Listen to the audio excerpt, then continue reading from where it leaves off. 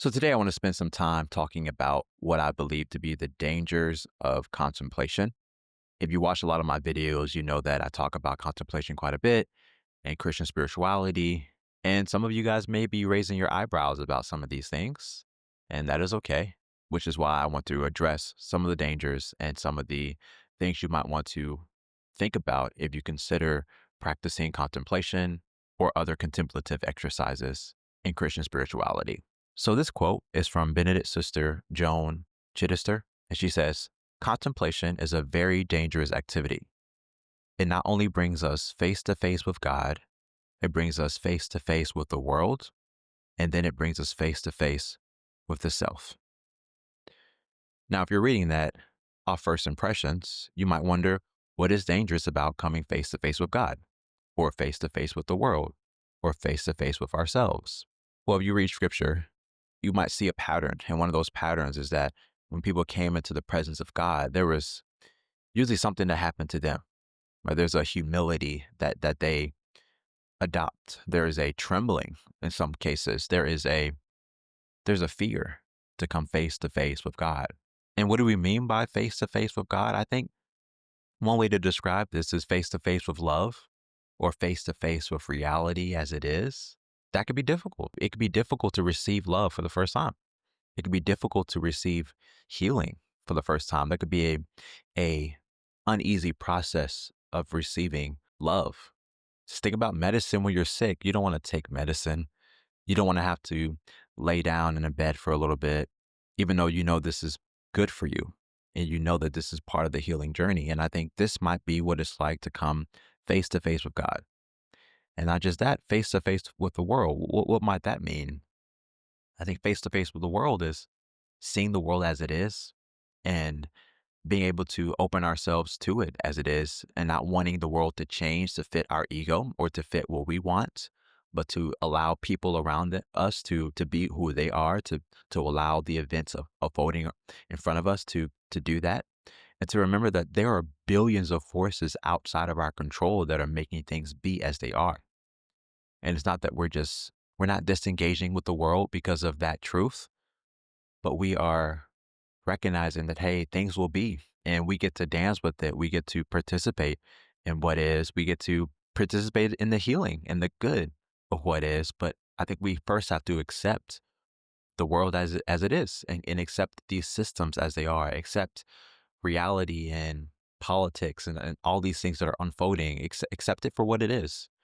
And then I think we have what we need to participate in the good of the world. And then what might it mean to come face to face with self? This might not need as much explanation, but you take some time to just sit with yourself and to be still without distractions, without outside noise, and to just see what comes up. If you do this for a couple minutes every day, your life is going to change. That's just going to be the case. And it's not like you have to do anything. I mean, literally, you can just set a timer for 20 minutes every day and just sit and see what happens. If you want, you can have a journal next to you, but see what thoughts you have, see what emotions you feel, see what weight you carry. Often we just go and go and go. And I think in a lot of ways we are avoiding that confrontation with ourselves. We are avoiding the confrontation with God. We're avoiding the confrontation with the world. And when we are able to be still, we can address these things. We can address maybe the emotions that we've been avoiding or the thoughts that we've been avoiding. And it's not that we're just going down a rabbit hole of thinking, because we don't have to do that. We can just acknowledge our thoughts and look at our thoughts, and we don't have to do anything with our thoughts. But we typically do. We have a thought and we just go to town with it. Let me give you an example, okay? Say you're at your favorite restaurant and you're eating, and you realize a thought maybe comes up to you that maybe you forgot to turn your oven off. And you don't really know this for sure or not, but the thought comes up, okay, did I forget to turn my oven off?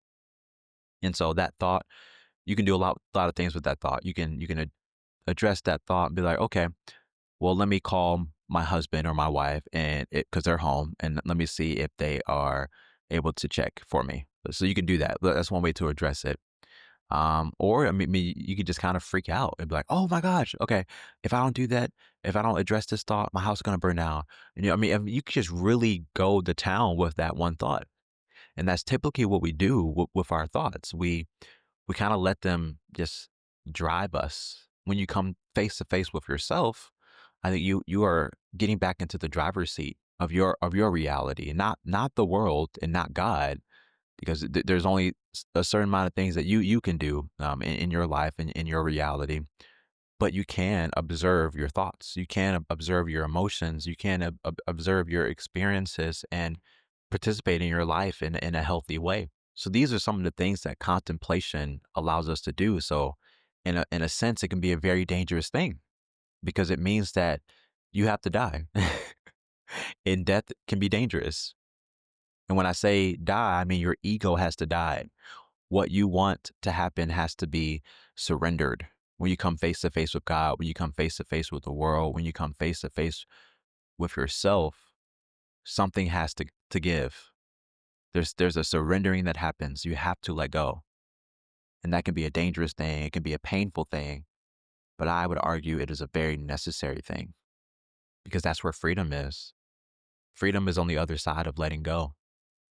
Freedom is on the other side of having the courage to face God and trusting that God is not dangerous, that ultimately God wants us to be free, that God is opening his arms to us unconditionally. And part of that is as we come face to face with God, straight to God, and not just these mediators or these things that we've been told about God. As we come face to face with God, we may see that God is the loving being that we've heard about, and not the wrathful, the fear, the stress inducing God that maybe some of us have been told about. And maybe the same is true for the world and ourselves.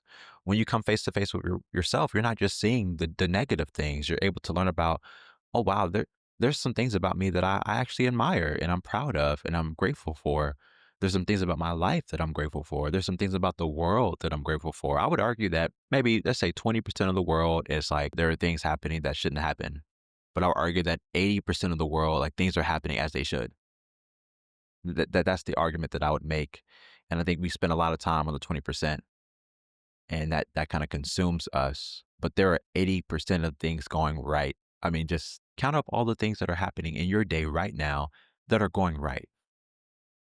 There's oxygen in your lungs. Your heart is beating.